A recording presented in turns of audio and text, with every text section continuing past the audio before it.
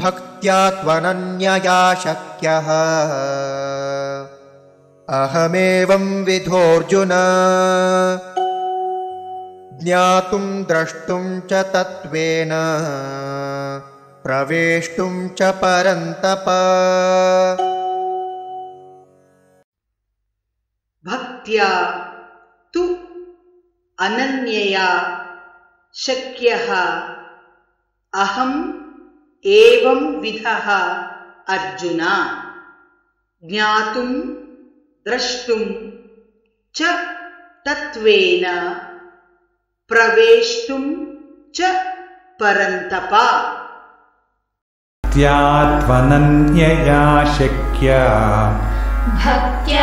त्वनन्यया शक्या अहमेवं विधोऽर्जुन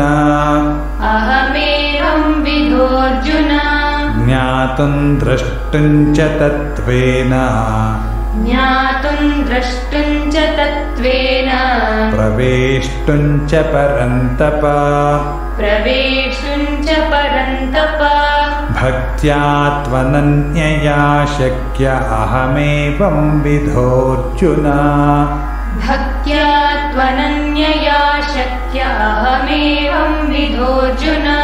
ज्ञातुं द्रष्टुं च तत्त्वेन प्रवेष्टुं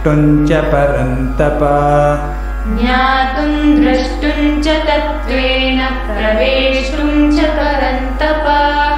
भक्त्या त्वनन्यया शक्य अहमेवं विधोऽर्जुन ज्ञातुं द्रष्टुं च तत्त्वेन प्रवेष्टुं च परन्तप। भक्त्या त्वनन्यया शक्य अहमेवं विधोऽर्जुन ज्ञातुं द्रष्टुं